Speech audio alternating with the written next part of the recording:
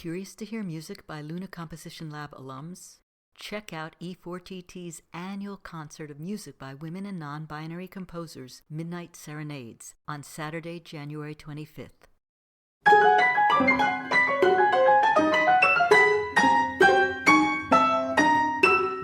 Welcome to For Good Measure, an interview series celebrating diverse composers and other creative artists, sponsored by a grant from the California Arts Council. I'm Nanette McGuinness, Artistic Executive Director of Ensemble for these times. In this week's Lunar Module episode, we are joined by E4TT Lunar Composition Lab commissioned composer Lucy Chen, who we spoke to in May 2024. Thank you so much for doing this interview with us, and congratulations also on being chosen for the Call for Scores commissions. Thank you. We're really looking forward to that. Please tell me about yourself, who you are, where you grew up, your background in music, where you're going next, and what's important to you. Yeah, so my name is Lucy Chen. I'm currently a freshman at Stanford, finishing up my freshman year. And I grew up in Maryland. I've lived in Maryland basically all my life. And I would also go to China pretty frequently during the summer to visit my relatives. And so that's kind of where I've been for my whole life. I started playing piano when I was 4, and I've been playing for a long time, played very consistently. And then I started violin when I was 10. And then so I've just been kind of playing these two instruments. And then over quarantine, I think I really wanted to think more about like, why do these pieces that I play sound so good, and like what's kind of like the theory and the writing that goes behind this.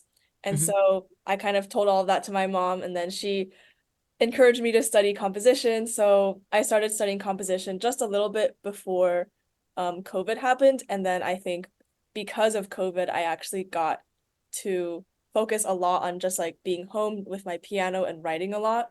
And that was a big part of why I got so much into composition, and I've been composing since then. That's wonderful. How does it feel being in the Bay Area and Stanford compared to Maryland? Is it a culture change? Yeah, it's definitely a big change. I think especially in a university like this where so many people come from like very accomplished backgrounds, because that's probably probably had to do a lot of work to like go somewhere like this. And also just like some of the culture in the Bay Area, it's very like tech focused, or like a lot about like AI and stuff like that, which is very interesting to learn about. I definitely was not exposed to this kind of culture back in Maryland, but also just being in college and getting to know a bunch of people from like all around the world, all across the country, and everyone has like different majors and different interests, and also meeting like musicians like myself, and just getting to know like a bunch of different perspectives that I was not exposed to in high school. It's been a very enriching experience, and I feel like it's opened my eyes a lot. Oh, wonderful. Well, college is supposed to do that, so that's great. Do you think you're going to major in music or something else, or you have no idea? Yeah, I'm planning to double major. I'm already starting to like fill out my requirements and stuff. So one of my majors, or what I'm planning right now, because I don't know, maybe it could change because I'm a freshman, but I'm planning to double major in music composition and then economics, because that's been another academic interest of mine. But I hope one day that I can like kind of meld the interests together. But studying composition here has been very cool too, because there's different perspectives on like how to do like certain things in your music and stuff. And the professors here have also introduced me to different composers and techniques that I didn't know about before. So it's been very cool. Wonderful. What does being a composer mean to you, and what draws you to that? Yeah, this is a question I thought about a lot, especially when I compose something and then it comes to life and I'm just like, wow, like this entire process was just so special.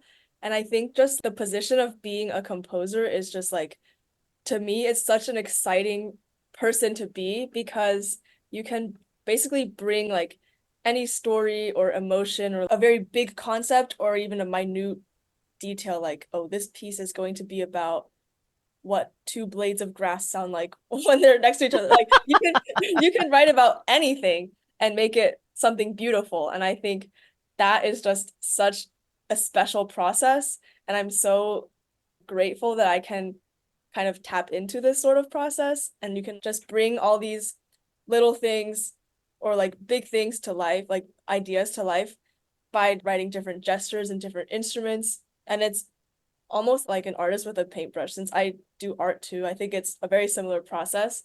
Mm-hmm. And also in terms of if you're thinking about like tempered notes, like the same 12 notes, you can arrange them in infinite ways and they can sound like infinitely different and it'll all be very beautiful.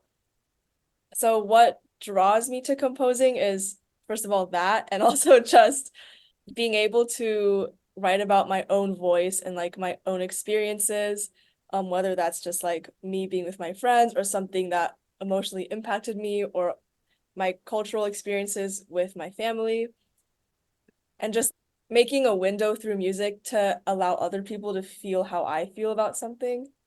I think one of my most like special musical experiences was when I wrote this orchestra piece for my high school youth orchestra, and it was like adapted from like a Chinese folk story, and I'm Chinese just to clarify, but but yeah, and then I kind of added in my own experiences in China and I melded all these feelings together. And also it was my senior year, so this was my last performance with this youth orchestra that I've been in for like 5 years. And all of that came together in this piece. And then when I rehearsed it with the orchestra and with the conductor that I also had gotten really close to, the final performance was just so like emotional. And it was so great being able to play with everyone because I got to play piano there too. So it was very cool because the piano's in the middle of the orchestra. So you get to hear everyone around you and you're like, wow, like this feeling is right now, like it's being shared by everyone. Everyone's playing together. We all know it's the last concert. And I think just experiences like that, it makes me remember how much I love composing and just how real of a emotional experience it can bring to everyone. Well, yes, it sounds like it was a really special feeling and a special performance. And, with the surround sound being Yeah. in the midst of that, it must have been very powerful. I didn't know you were also a visual artist. Can you tell us a little bit more about that? And does it have any relationship with your music? Is there a much more correspondence than what you've just kind of brought up? Or are they kind of living parallel? Yeah, so I'm definitely not as like serious of a visual artist as I am a musician, but my mom really loves painting and art, and she really kind of brought me into this like artistic world. So she would always take me to like art museums. And I would used to hate being dragged there. And then one day I grew up and I loved it. And so that was good for her and good for me too. Um, and yeah, so I would see her sketching stuff, and then that kind of led me to start drawing too. And I really like painting. I think one of the reasons is because I don't know if you know what synesthesia is, but I it's do. like, okay, yeah, it's like, But tell the yes. listeners in case they don't. I actually know a number of people who have it, and many of them are composers. Yes, I think it's a very high correlation.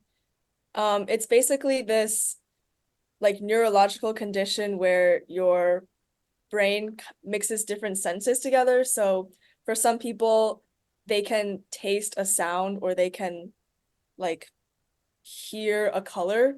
But for me, it's like for different letters in the alphabet and different even Chinese characters, they have different colors, and then different sounds have different colors. And then so something I really enjoyed doing in my free time was just like putting on a song or a piece that I really liked, and then I would just like make a painting based off of it. Hmm. And I think once I did that with one of my own pieces. I haven't done that too much though, but there's a little bit of overlap between my own music and painting and drawing.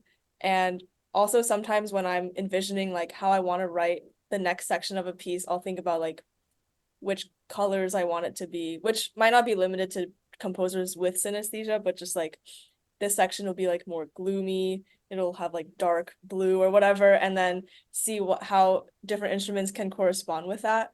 Hmm. Hmm. So Hmm. yeah, I think for people with and without synesthesia, art and music are very well tied together. That's for sure. You know, you're right that many composers go with a mood for an experience or a piece of music, and then they often associate that mood with a color. But I think also the people I know who have synesthesia, it's mostly the color with sound association, the way you're describing that. I don't have that, but I think it's very powerful and interesting. We actually commissioned a piece, Guernica, by Jeffrey Hoover. He did not have synesthesia, but he was an artist and a composer. And we commissioned him to do it because, it was relating to the Picasso as well as to the historical event. And so we thought his sensibility would be a good match. And it was a very powerful piece. So, the that combination of the arts that way can be very interesting. So it just gives you an extra dimension in what you Yeah, do. That's definitely. great. Thank you for listening to For Good Measure. And a special thank you to our guest, Lucy Chen, for joining us today. If you enjoyed this episode, please subscribe to our podcast by clicking on the subscribe button and support us by sharing it with your friends, posting about it on social media, and leaving us a rating and a review. To learn more about E4TT, our concert season online and in the Bay Area, or to make a tax-deductible donation, please visit us at e4tt.org. This podcast is made possible in part by a grant from the California Arts Council and generous donors like you. For Good Measure is produced by Nanette McGuinness and Ensemble for These Times and designed by Brennan Stokes, with special thanks to co-producer and audio engineer Stephanie M. Neumann. Remember to keep supporting equity in the arts and tune in next week for Good Measure.